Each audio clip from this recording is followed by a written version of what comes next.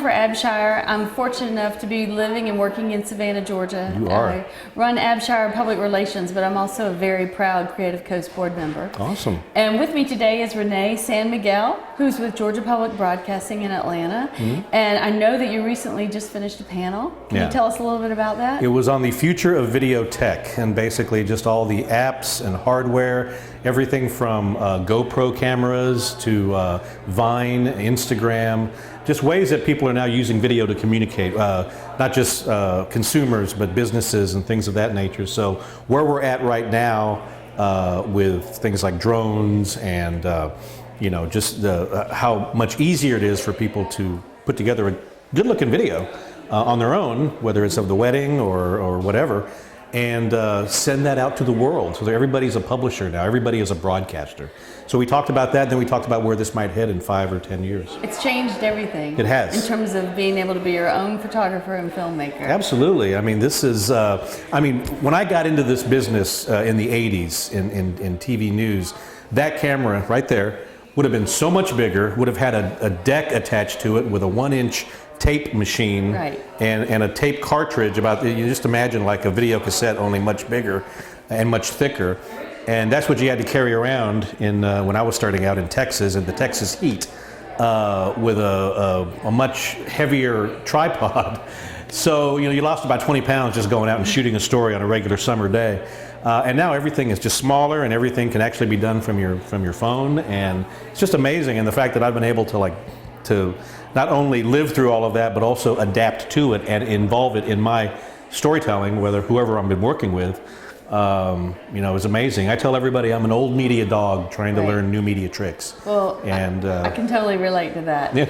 We're sitting here at Geekend, which is really one of Creative Coast's our favorite events, because we gather entrepreneurs, innovators, and really fantastic thinkers who come throughout the Southeast and beyond, really to kind of enjoy our Savannah. Yeah. And we consider this the most creative coast. As well, we're a bit should. partial. As well you should. There's so much going on here, much more than I was aware of. I worked at CNN and Headline News in Atlanta from 2001 to 2007, went away for 7 years, came back last year, and just discovered that Atlanta's technology scene, the entrepreneurial scene, has just exploded. It is exploding. A lot of startups. And then what's happening with Savannah as well is just, I've got to get back down here more often for stories. Often. We have some amazing stories. I don't know if you have a chance to hear about Ian Knott with Atho. Oh yes, definitely. He was on the panel today talking about his... He's the one who's developed this wonderful product. Yeah, there's a couple of startups that are involved that I actually met their founders today. And he's actually at the Creative Coast Foundry, which is our incubator here. Nice. But tell me about,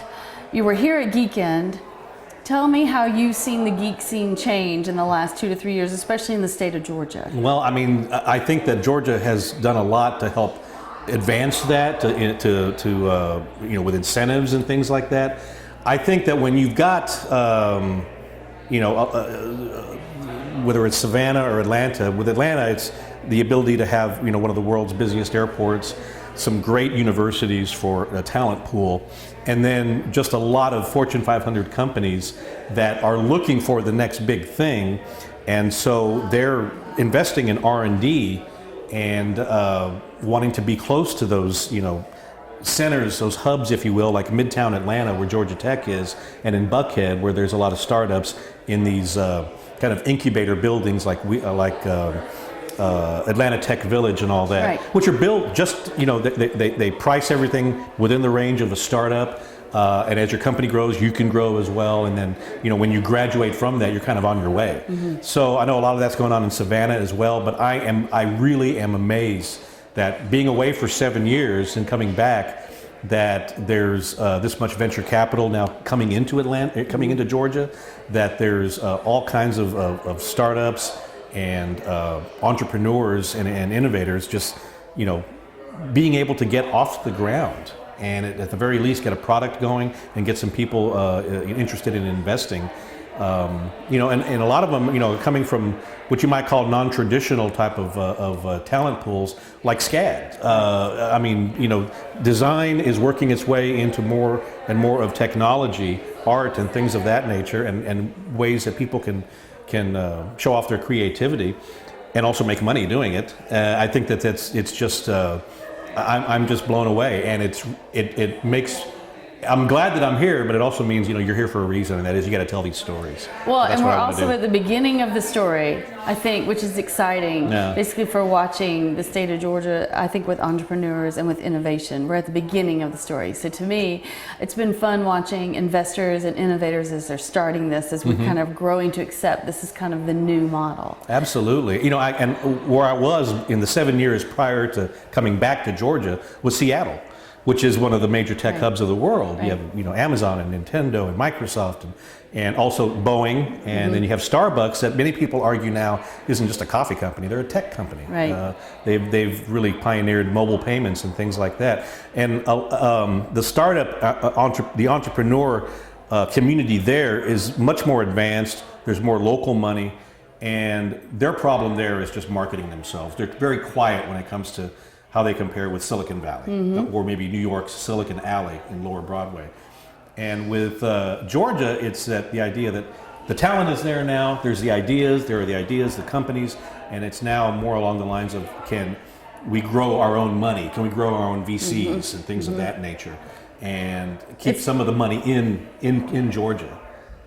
I think that's our challenge. Yeah. If you were to describe to a future investor some of the things to look for the right type of company, because you report on this and you see this on a regular basis, what trends are you seeing? Well, I'm seeing, and I guess it's maybe because people hopefully learn from their mistakes and learn from past booms and busts, but the idea that you really truly have to have a solution to a problem that exists. Don't create a problem and then say, well, we've got the fix for it. Find something that a pain point or whatever that people are really experiencing, and then get out there and solve it. Investors are demanding more, track record. Results. They want to, and that's why I think crowdfunding, and I know that Georgia is very unique in that nature, with some of the steps that the legislature has taken to kind of approve crowdfunding in comparison to other states. The idea that you can actually get enough money together from average citizens, from regular people, and get something going to where you can put your product or service out there, and then see if it fits the bill, and then you can get angel investors. You get the seed funding going, and then you can go on to your Series A if everything is good along those lines. But and I'm thinking now investors may require that to see, well, let's see how you do on the crowdsource funding, and then I'll take a look at it to see if what the market will bear. Yeah, no, there are the companies out there that will do that, so that they can actually say, okay, we think the perfect video game controller that fixes this certain problem that people have with video game controllers. So they raise $100,000 maybe from like-minded individuals, or maybe even $50,000. They put together a prototype, and then that's what they take to the first round of their serious funding, and they're able to get that going. So a track record and a good solution, a good viable solution to a problem that a lot of people have, and then the ability to get the right people on your team, and the ability to take suggestions and criticism. You see we have the Shark Tank mentality now with startups. We have it seems like every other day in Atlanta there is a pitch-a-thon. There is some kind of a pitching contest, which is all good. That's all great. Right. But the whole idea of being able to take really good feedback, even if it goes against what you thought you wanted your product to be. I mean, that's what they call the ability to pivot, to be able to take and say, okay, maybe we need to make a little bit of a change here and make our, based on feedback, our product or services better. The ability to be able to listen and handle that. And be able to discern the good criticism from the not so good, maybe just a future competitor who wants to get you out of business before you even get started. Okay. But I think, if you're able to get all that kind of information together, and you've got a startup that you're interested in funding, and they fit that criteria, I think you should be well on your way to getting that first round of money. That's good feedback. Okay, so we're here at Geekend. I got to ask you, who is your favorite geek? Who's my favorite geek? Of all time, or anyone? It can be anybody. Gosh, I don't know. I was very fortunate in my career to interview Steve Jobs about 5 or 6 times while I was at CNBC and CNN. Cool. Now, I don't know that he fits the. He was probably a little bit too prickly to be a geek, a real geek. I think he fits. But I think I mean, fits. in the ability to be single-minded about something, and to be able to say, this is how we're going to do this, and gather the right people together, partner with Steve Wozniak, partner with the right people, but have his vision and stay with it. You were never going to get him off message.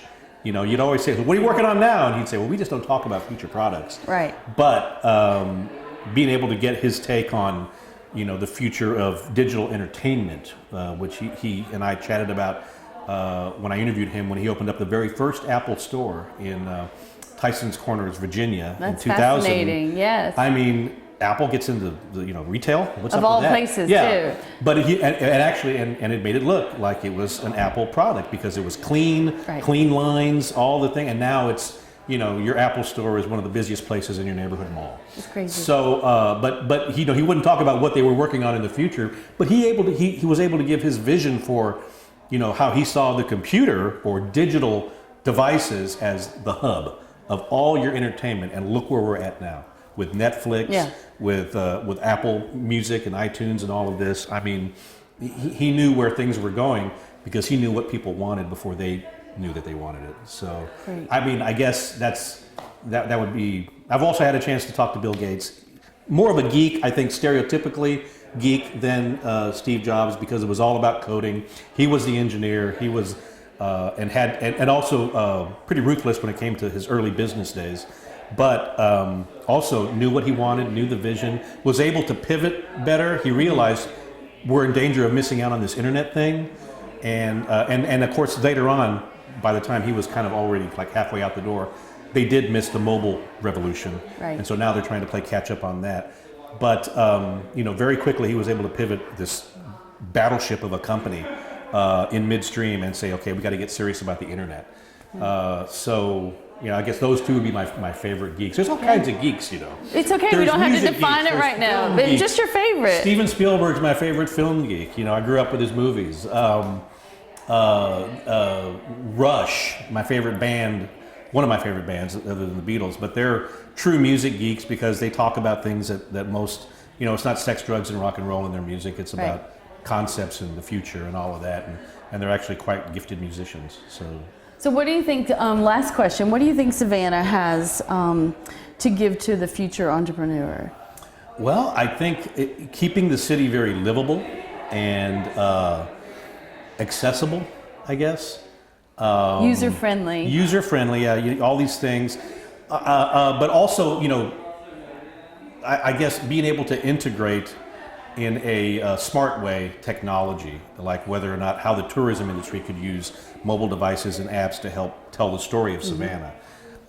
Making sure that and I don't think there's any problem with this. I don't know a lot about Savannah, but I know that it's very proud of SCAD. And it's part of the branding, if you will, of Savannah. I have an 11-year-old daughter who wants, SCAD is one of her destinations Fabulous. for going to school. And I'm going, that's fine with me. It's only 4 hours down the road. So, but just being able to utilize the talent that comes out of there. Some very gifted people. And of course, there's this SCAD in Atlanta as well. And just being able to manage growth because like Austin, Texas, where I lived in the late 80s and is now completely, it's just exploded. The secret of Austin was out a long time ago. Right. I guess maybe managing Savannah's growth because the secret of Savannah will get out and is getting out regarding livability, the tourism, the climate, the access to the ocean and access to all these other very cool places on the coast.